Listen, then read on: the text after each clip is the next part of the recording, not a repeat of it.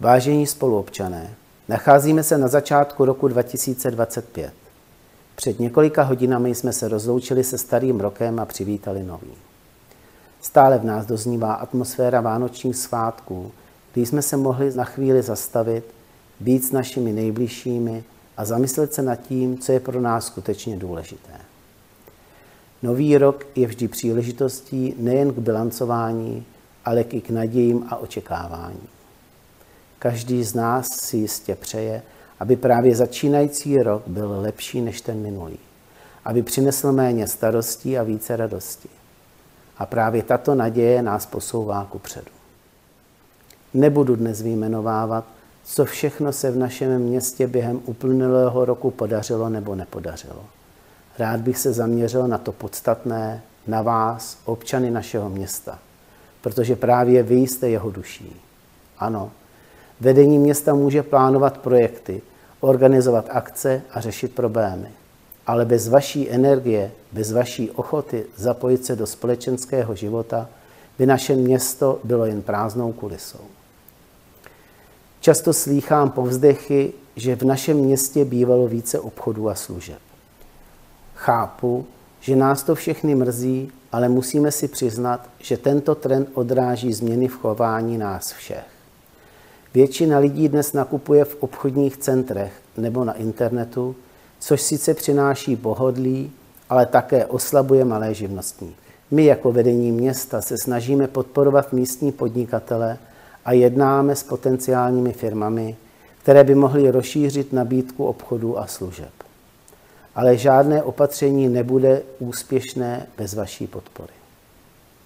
Naštěstí máme mnoho příkladů toho, že naši občané chtějí své město rozvíjet. Někteří se účastní společenských akcí, jako jsou masopustní zabíjačka, městské slavnosti, adventní trhy a mnoho dalších kulturních i sportovních setkání. Jiní vedou kroužky pro děti, organizují volnočasové aktivity nebo se zapojují do práce spolků.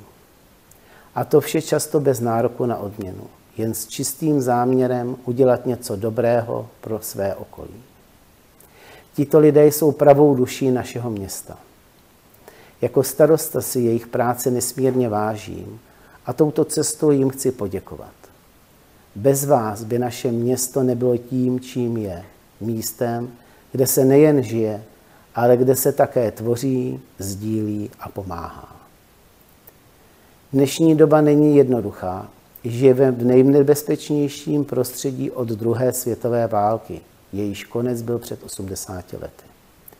Ekonomické problémy a ozbrojené konflikty vznikající jeden za druhým, to všechno na nás denně doléhá.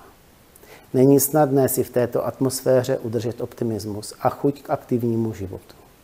Přesto věřím, že právě teď je důležité držet spolu, podporovat jeden druhého a hledat příležitosti, jak si vzájemně pomoci. Kontakt s blízkými lidmi, zdravý selský rozum, tolerance a poctivé jednání, to jsou hodnoty, které nás mohou provést i těmi nejtěžšími časy. Vážení spoluobčané, naším hlavním cílem by mělo být posílení mezilidských vztahů a společenského života. Ať je rok 2025 rokem, kdy si nejen uvědomíme hodnotu spolupráce, ale kdy na ní budeme aktivně pracovat. Každý z nás má možnost přispět, byť jen drobností, která ale může znamenat mnoho. Dovolte mi, abych vám všem jménem zastupitelů města, zaměstnanců městského úřadu a také jménem svým popřál, aby byl nový rok plný zdraví, štěstí a radosti. Ať nás provází víra, naděje, láska a odhodlání tvořit lepší zítřky. Společně máme sílu překonat jakékoliv výzvy. Děkuji vám za pozornost a přeji vám vše dobré v roce 2025.